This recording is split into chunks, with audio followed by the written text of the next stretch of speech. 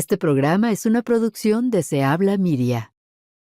Hola, ¿qué tal amigos y amigas? Buenos días, buenas tardes, buenas noches. Les cuento que mi nombre es Jaime Méndez y en este país he cortado pasto, limpiado platos, entregado pizzas, trabajado en fábricas, he enseñado inglés, he sido traductor, he sido profesor también, bueno, maestro de cositas y también he trabajado como periodista por allá a ratos. ¿Y Bueno, tú? y yo soy Diana Oliveros y a mí me toca escuchar todas las historias de cada uno de los trabajos que ha hecho Jaime Méndez, generalmente en las tardes, noches o los fines de semana cuando estamos platicando. Se me olvidó decir actor también. He hecho muchas cosas en este país y es lo que es el camino por el que pasa la gran mayoría de los inmigrantes que venimos a este país. Es que hacemos un montón de cosas que no necesariamente era a lo que nos dedicábamos. Bueno, yo llegué joven, no me dedicaba a nada, me dedicaba a rumbear. Eso también lo he hecho, pero no me ha pagado. Las cosas que más ha tenido Jaime han sido mudanzas, trabajos y esposas, en ese orden. Bueno, no le pegue al perro. Pero es el tema de hoy. Vamos a estar hablando acerca de toda la cantidad de trabajos que hacemos los latinos cuando cuando venimos a este país, la cantidad de cosas por las que tenemos que pasar, hasta que en la gran mayoría de los casos, diría yo, damos con lo que es, ¿no? Después de un tiempito, damos con lo que es, ya sea porque lo que es lo que, esto ya hemos hablado antes, sea el talento lo que te apasiona, o lo que es lo que te paga las cuentas y es un trabajo estable. Sí, correctamente. También cuando me preguntan sobre mi trayectoria profesional, es difícil. Yo veo que hay gente que desde pequeños saben, así en secundaria, en preparatoria, ya saben exactamente qué es a lo que se van a dedicar el resto de su vida y a eso se dedican el resto de su vida.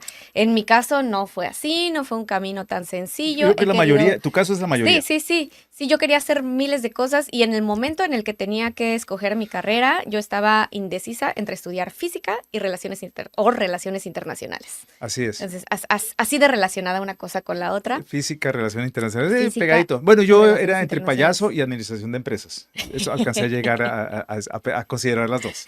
Todavía estoy considerando una de las dos. Yo les dejo ahí, ustedes adivinen cuál. Y bueno, no me ha tocado cambiar tanto de cosas, pero sí en algún momento trabajé en un partido político, después estuve involucrada en el Instituto Federal Electoral en México, después hice investigación en cosas de derechos humanos, después fui recepcionista, después fui recepcionista premium. Que ya no es lo mismo que recepcionista, es recepcionista premium. Bueno, pero un momento, atención. Todos esos trabajos los hiciste en México mientras Sí. ibas encontrando dónde encajabas. El caso tuyo es un caso, yo digo, muy inusual porque Sí. a menos de que la gente que llega pues, por trabajo, que fue el caso tuyo, pues ahí se quedan, casi siempre se quedan ahí, ¿no? Hasta que ya dice, se terminó el trabajo y de pronto cambian de profesión. Exactamente, cuando uno llega con trabajo a Estados Unidos, pues bueno, ya el caminito ya está un poco más claro, y digo un poco, ¿no? Porque yo llegué pues haciendo diplomacia aquí en Seattle y ahorita estamos haciendo medios de comunicación, entonces también la vida va cambiando y pues uno nunca sabe qué giro va a tomar. Pero pues ese es precisamente el tema de hoy y es platicar sobre a qué nos dedicamos los latinos en esta región, en Seattle, pero también en general en los Estados Unidos, ¿no? Creo que todo el mundo tenemos una idea, una noción, hay varios estereotipos. ¿Hasta qué punto el estereotipo es cierto o no es cierto? Eso es lo que vamos a estar platicando hoy. Sí, Diana, cuéntame, ¿cuáles son las profesiones más comunes de los inmigrantes latinos en este caso, ¿no? Porque atención, hay una cuestión muy interesante y es que dependiendo de diferentes orígenes, grupos étnicos, hay profesiones en las que se destaca más gente de un país que de otro y son a veces profesiones muy distintas, ¿no? Y también depende de donde estén viviendo. Y bueno, vamos a dar unos ejemplos de eso, pero tú que has estudiado mucho el tema, entonces cuéntame, ¿qué es lo que A hacemos ver, los latinos ¿cuál con más crees que es frecuencia? el área en donde hay más latinos en la fuerza laboral? Yo diría que en lo de restaurantes, trabajo voy a ser específico, o sea, el servicio al cliente, pero voy a decir específicamente en restaurantes. Y lo pongo por el ejemplo de Seattle. Está en el top 5, pero es como el número 4, me parece. Caramba, construcción. Construcción es el número 3. Caramba. No es cierto, 2. Jardinería. ¿Sí? ¿Sí? Bueno, más o menos. No, mira, ver. no realmente. No. O sea, más o Me menos retracto. un poco, no tiene idea. El primer lugar es el trabajo de campo. Granjas, agricultura, ganadería y pesca. De todos los Estados Unidos, de toda la gente que trabaja en esa industria, el 32% somos los latinos. Entonces, ese es el área. Wow. Claro, entonces Uno de cuando, cada tres. exactamente, cuando escuchamos eso de que los trabajadores, los campesinos latinos son los que nos traen, hacen posible que tengamos comida en la mesa, Es pues verdad. es cierto, ¿no? Bueno, y hay una gran razón porque es un trabajo tan difícil Ujú, y ujú, desafortunadamente tampoco ha valorado en este momento, ujú. bueno, todos los trabajos de los latinos, los inmigrantes tampoco valorado en los Estados Unidos en este preciso instante, pero sí tiene todo el sentido del mundo. Mira, Sí, ¿por qué sí, no sí, se me... sí. Claro que yo estaba, claro, yo estoy juzgando en los alrededores, ¿no? Donde Ah, bueno, vivimos este es a nosotros, nivel nacional. y Ujú, también que en ujú. el área de Seattle, el que le llaman el Puget Sound, Sí, pues claro. no hay tantas granjas, entonces la mayoría de latinos que veo es o en los restaurantes, no importa si el restaurante es japonés, si hay un latino en la cocina, la comida es buena. Yo siempre me baso en eso cuando voy a ir a un restaurante. Y el área de la atención también, etcétera. Y la construcción, ¿no? Que es donde, construcción, jardinería. Sí, claro, obviamente en Seattle, que es una zona más urbana, pues es mucho más común Ujú, encontrarnos en los servicios sí. hospitalarios, restaurantes, hoteles, pero bueno, restaurantes, como tú dices, Ujú, ujú, y construcción. A nivel nacional, bueno, agricultura y ganadería. El segundo lugar, construcción. ujú. Agricultura, eh, ganaderías ajá, también. ajá, La pesca, mira que no se me había ocurrido, pesca, sí, claro. pero por ejemplo, Toda la gente que se va a Alaska a pescar. Alaska es un eh, trabajo bien duro. sí, sí, sí, sí, sí, desde Seattle, ¿no? Ujú, Y también preparación de comida y servicios hospitalarios. ujú, ujú. Y transportación de materiales. Transportación. Transportación y transportación de materiales, esa es Wow, otra área. interesante. Y las áreas en donde menos estamos representados, A ver, espera, porque esa también es una buena pregunta de a ver, trivia. ¿en dónde No crees? estamos representados en la NASA, en trabajos aeroespaciales. Mm, Bueno, a ver, aquí una cosa, La política. es que no, la tabla que tengo es de, Ah, es de, es de ocupaciones en las que no se necesita como educación formal, ¿no? Entonces, bueno, ya ahora sí. sí, sí, sí, sí. Entonces yo diría conductor de taxi. Ah, no, porque ya casi no hay conductores de taxi. No. Y sí, sí hay muchos latinos ahora en Uber, en DoorDash, en Amazon Delivery, todo ese tipo. Hay muchos, muchos hispanos ahora. Este, manufactura. No, No, no, no. bueno, entonces En dígame, la ya, que me menos rindo, me rindo. es en el área de salud. En el área de No me salud es digas. donde solamente 12% es la población latina. Antes que eso Ah, está computación y matemáticas, porque claro, hay mucha gente que no hace una licenciatura o un grado formalmente de computación o de matemáticas, pero que lo va aprendiendo poco a poco ujú. y entran a trabajar en esos trabajos por su conocimiento y no necesariamente por la universidad en la que Sí, estuvo, o oye, si fue incluso a la universidad, ¿no? mira qué interesante que me digas eso, porque justamente yo creo que un par de años para acá, no, yo creo que un poquito más de un par de años para acá, pero no muchos, 3 o 4 tal vez, se ha ido promocionando cada vez más los trabajos de la enfermería en Ujú, hospitales, no necesariamente doctores, pero estamos hablando no de profesiones de largo plazo, como ujú, doctores o doctoras, pero sí la enfermería. Y me he dado cuenta también que cada vez, y me doy cuenta porque la gente ujú, cuando me escribe con temas de salud, a veces son enfermeras, especialmente mujeres en ujú, esa profesión, enfermeras latinas, y ujú. creo que hay cada vez más de eso. Bueno, y también salud pública y las Ujú. diferentes ocupaciones que hay en torno a la salud, que pues sí, que no, porque para enfermera sí se necesita una carrera de universidad, ¿no? Claro, sí. Para enfermería y para doctor. Ajá. Pero hay un montón de otras ocupaciones en el área de salud que las pueden obtener con certificados, con Sí. experiencia, avalando experiencia, etcétera, ¿no?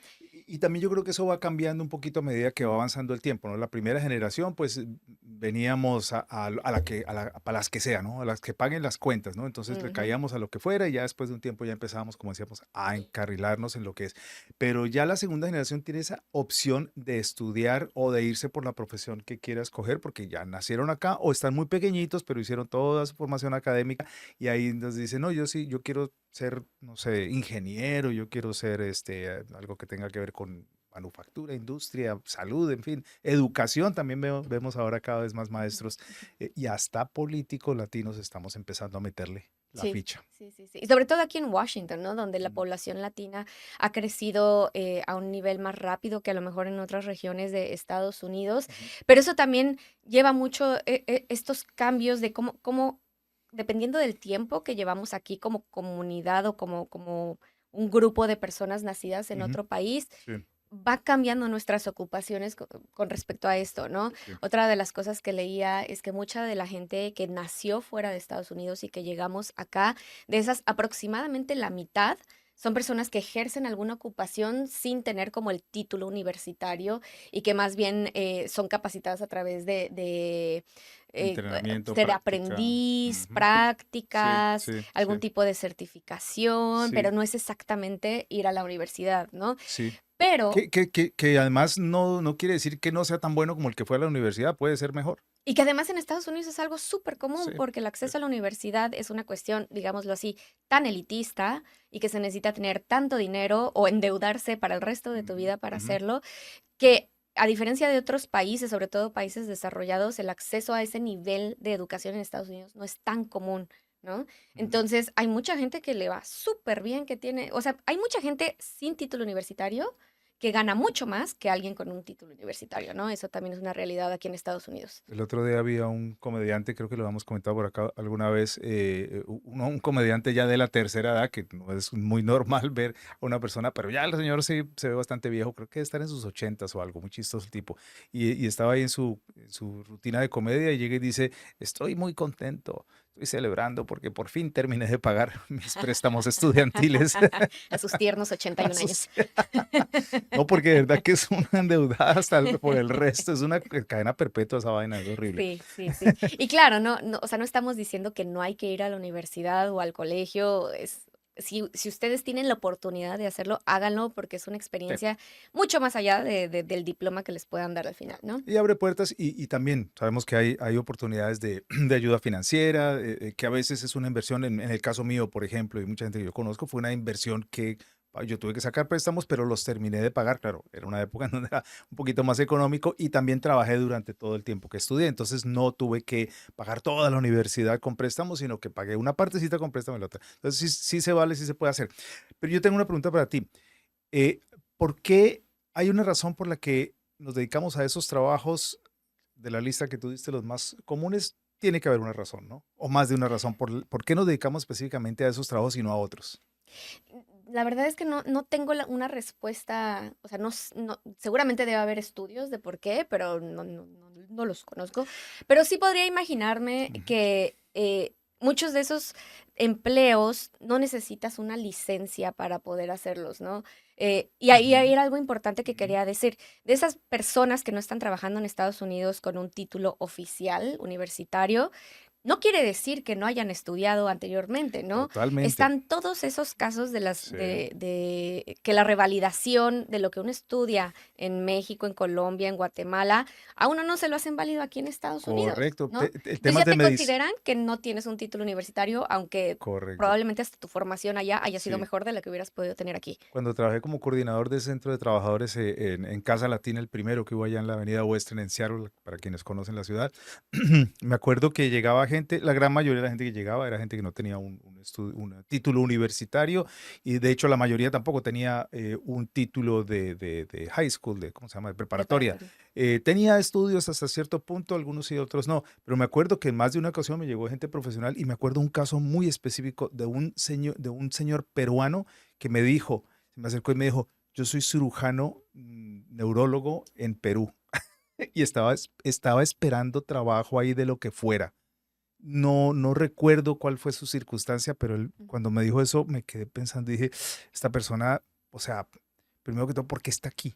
¿No? Porque Sí, ahí sí, los sí, trabajos sí. ahí eran trabajos así de lo que fuera, de construcción, de jardinería, pero no estoy hablando de construcción de gente con conocimiento de construcción ni con conocimiento de jardinería, simplemente para que fuera y mover hiciera el trabajo de labor, que eso no Ujú, necesita ujú, pensar mucho, ujú, pero sí, lo que dices es ujú. cierto, hay gente que tiene títulos de muchas cosas. Mi teoría, y va con lo tuyo, yo creo que es más que una teoría, es simplemente pues, más como una experiencia de los trabajos que hacemos nosotros acá. Son varias razones. Una, son trabajos al que podemos hacer sin necesidad de conocer el idioma, para empezar por ahí, porque la gente que recién llega, pues obviamente, entonces, para hacer ciertos trabajos no tienes que aprendas y que te lo digan. La otra es trabajar especialmente físicamente con cosas muy exigentes que lo podemos hacer, estamos dispuestos a hacerlo. Y la otra, lastimosamente la otra, es que vamos a aceptar menos salario que los de acá. Sí, Entonces, sí, por eso nos dan esos trabajos. Yo pienso que sí. esas tres características son las que hacen que trabajemos en el campo, que trabajemos en la jardinería, en el tema de la construcción, etcétera. Ya especialmente en los empleos de entrada, ¿no? Los básicos, lo que dice el entry level. Ya después, cuando las cosas se ponen un poquito más técnicas y más esto, pues ya seguramente le dan los trabajos. Por ejemplo, me acuerdo cuando yo trabajé, uno de mis primeros trabajos fue en una fábrica, yo vivía en la ciudad de Nueva York, una fábrica muy sucia, con unas condiciones de trabajo terribles, inseguras, en fin. Este, y allí todos los que estábamos en el trabajo más raso, más bajo, éramos los recién llegados o la gente que tenía muy poca educación. Yo por fortuna ya tenía para ese momento yo tenía mi preparatoria, ¿no? Y de hecho había empezado un poquito la universidad, y sabía un poquito de inglés, pero como yo acababa de llegar, entonces me pusieron ahí. Alcancé a subir un escaloncito como ni siquiera supervisor, pero era por debajo simplemente porque hablaba mejor el inglés. Pero de ahí para arriba todos eran los de acá. Ellos ganaban mejor, trabajaban menos y sus condiciones de trabajo eran diferentes a las de los demás. Y yo creo de esos 3 factores que mencionas, yo creo que el tercero es el más importante, ¿no? Ujú. La explotación, para Sí, decirlo, llanamente, porque una de las realidades es que dentro de este mundo de las profesiones o de las ocupaciones que no, en la que nos ubicamos, en las que no tenemos un título universitario, pues hay diferentes, niveles de pago, ¿no? Obviamente sí, no se paga igual, desafortunadamente, a los trabajadores agrícolas como se le paga a alguien que trabaja en computación y matemáticas. Y sin embargo, a las dos puedes acceder sin tener sí, un título universitario. sí, Pero en las ocupaciones donde se paga menos, ahí es donde más estamos los latinos sí. representados, ¿no? Por Entonces yo eso, creo que tiene que ver con eso, ¿no? sí, Las amenazas, o sea, como que es comúnmente sabido que ante amenazas, opresiones de los empleadores, uno no se queja, uno no pide el aumento, esa es la otra. uno no pide más protecciones para que no nos vayamos a Exacto, accidentar. eso iba a decir. eh, y bueno, Además que son también, trabajos generalmente que son muy arriesgados, ¿no? sí, sí. Son trabajos, por ejemplo, el de la agricultura, uno diría, no, ¿qué riesgo tiene? Tiene muchos riesgos. Ush, Uno se puede lastimar trabajando en agricultura y los quedar de pesticidas a por los que vida están y los expuestos, el pesticidas. calor. Claro, Sí, sí, calor sí, y el sí. frío. Sí, sí. Las condiciones de trabajo son siempre más difíciles. Sí, y que nosotros no nos quejamos, es cierto. Ahora, por otro lado, Así que quéjense, quéjense, por favor. sí, por eso me gusta tanto lo que hacen organizaciones como, por ejemplo, Casa Latina, la Ujú. vuelvo a mencionar hoy, que dice, bueno, pues sí, son trabajos duros que hacen muchos inmigrantes, pero eso no quiere decir que les vayan a pagar menos. De hecho, Casa Latina, este, al trabajo, los mismos trabajadores escogen cuál es el salario que quieren ellos, que quieren recibir, y obviamente se están basando en el promedio de los salarios que le pagan a todo el mundo, no solamente a los inmigrantes, ¿no? Ahí no hay.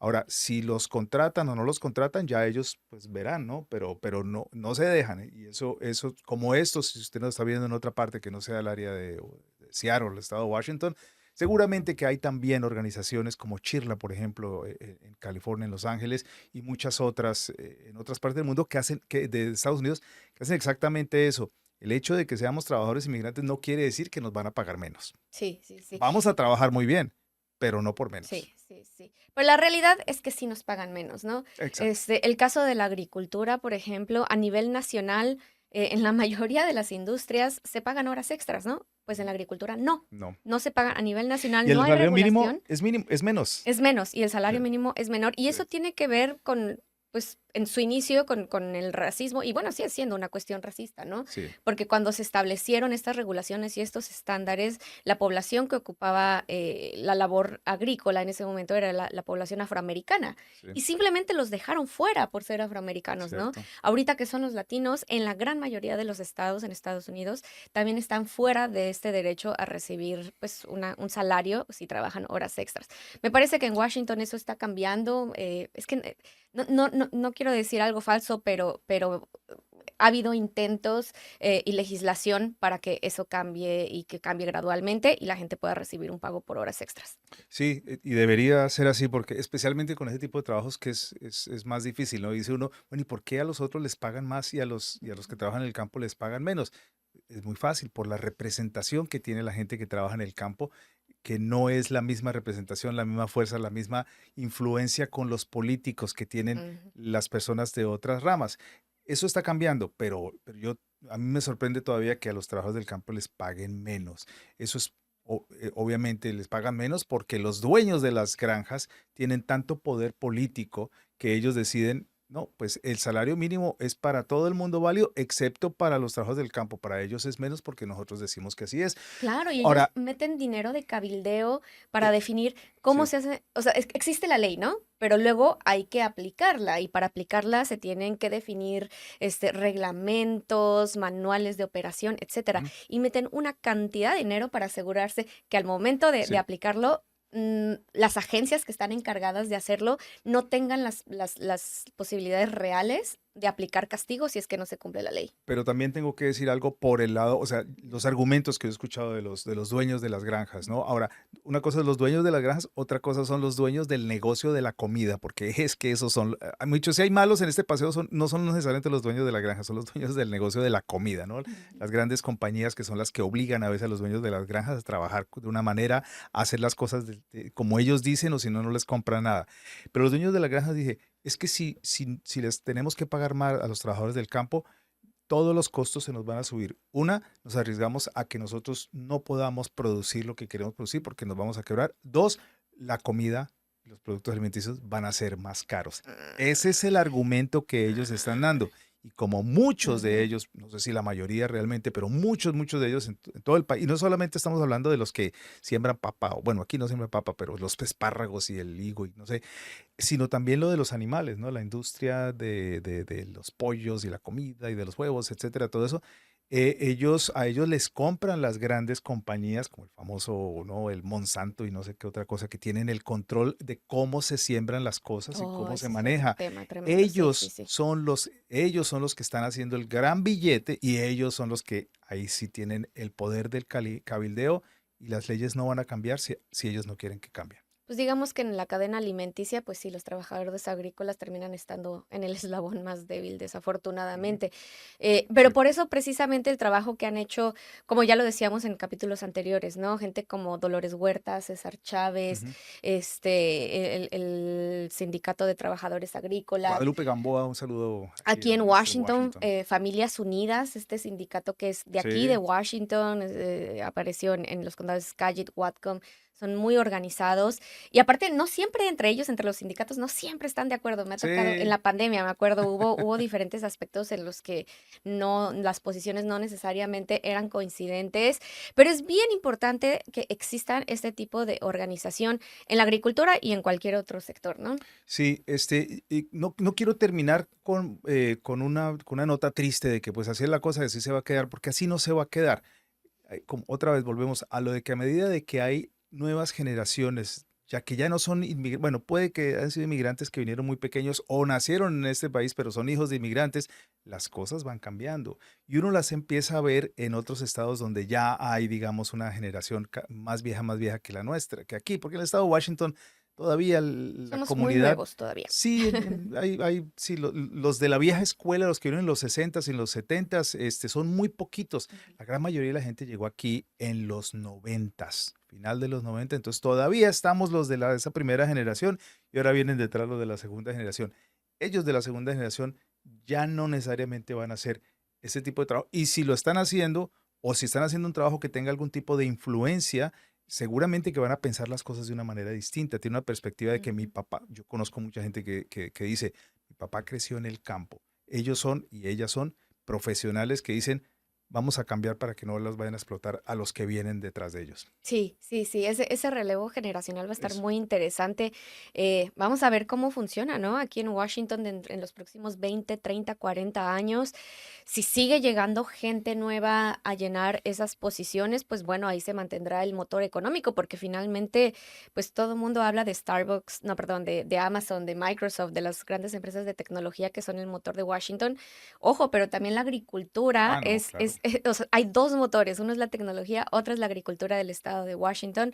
¿Y, y qué va a pasar cuando, como dices, Jaime, los hijos de quienes están trabajando ahorita el campo, ellos ya están estudiando, ellos ya están yendo a la universidad, ellos ya están buscando otro tipo de ocupaciones? Entonces, ¿quién va a trabajar en el campo? ¿Va a ser gente que siga llegando? Eh, Pero ¿y si ya no llega más gente, ya, si ya, continúa la tendencia como está hasta ahorita, ya lo han, quién va a int- trabajar el campo? ya lo han intentado con ciudadanos de los Estados Unidos, especialmente con afroamericanos, donde una época se hizo mucha propaganda para que fueran a trabajar en el campo. Ay, Y al otro ajá. dijeron, no, hombre, eso no es para mí. Y eso va a seguir pasando, o sea, Sí. y la inteligencia artificial podrá hacer muchas cosas, pero le apuesto que no le va a recoger y le va a pelar una cebolla, se lo apuesto, o una manzana de un árbol, a que una inteligencia artificial no la baja. Y han tratado de hacer máquinas y no han podido Sí, todavía. sí, sí. No, no, Sí, de hecho, somos irreemplazables. justo estaba escuchando que los trabajadores agrícolas son de los últimos en que podrían ser reemplazados por inteligencia Ahí artificial. vamos a acabar todos. Bueno. Interesante. Bueno, ahí está, cuéntenos qué opinas de esto, sobre las profesiones que hacemos los inmigrantes en este país y ¿qué te ha tocado hacer a ti también? Porque esa creo que es otra buena pregunta. Y si, cuéntanos a qué te dedicas y si no te gusta lo que te dedicas, a qué te gustaría dedicarte. Bueno, hasta la Muchas próxima. gracias por acompañarnos. Se habla podcast, extraído hoy por El programa de asistencia de cuidado infantil de Seattle te ayuda a pagar por el cuidado de tus niños. Milltown Credit Union, tu alternativa confiable a los bancos tradicionales. Comcast, comprometido con el avance de la equidad digital en Washington por más de 10 años. Bibliotecas Snow Isle, donde tu credencial de biblioteca también es una laptop con acceso a Internet. Servicios inmobiliarios Davaso, propiedades en Yucatán y la Riviera Maya. Manda un WhatsApp al número en pantalla.